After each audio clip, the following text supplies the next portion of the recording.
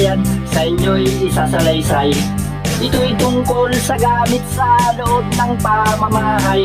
Ito'y ang tabo, sa tingin ay hamak lang, ngunit siya ang katapat ng dalaga sa batalan.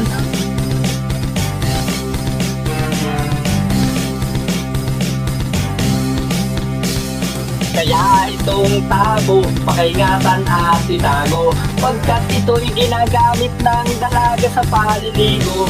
Sa umaga pagkagising, ang dalagang masintahin, tabo ang hahagilapin upang ipangbuga sa kanyang sinahin.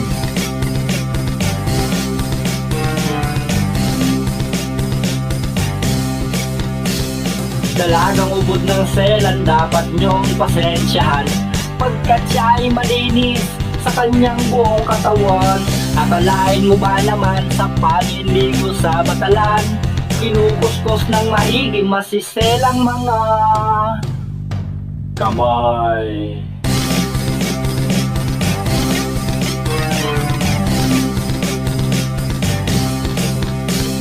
Dalagang masintahin, malulubog sa putikan, pakikinis niyang tuhod ay madudumihan.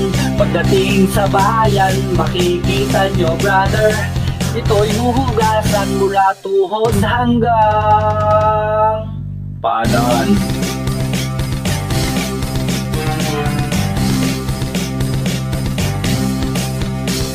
Pagkagaling doon sa bayan, pupunta sa kabukiran, upang manasap niya ang tabis ng kalikasan.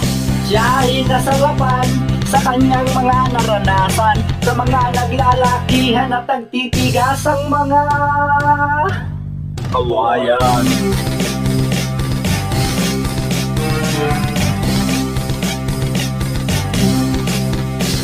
Pagkagaling sa pasyalan, luwi na ng tahanan, siya ay pagod na ng gigitata at pawisan.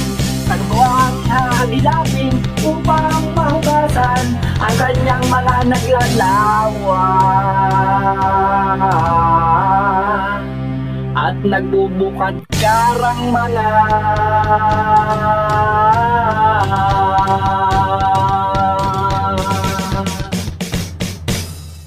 halaman.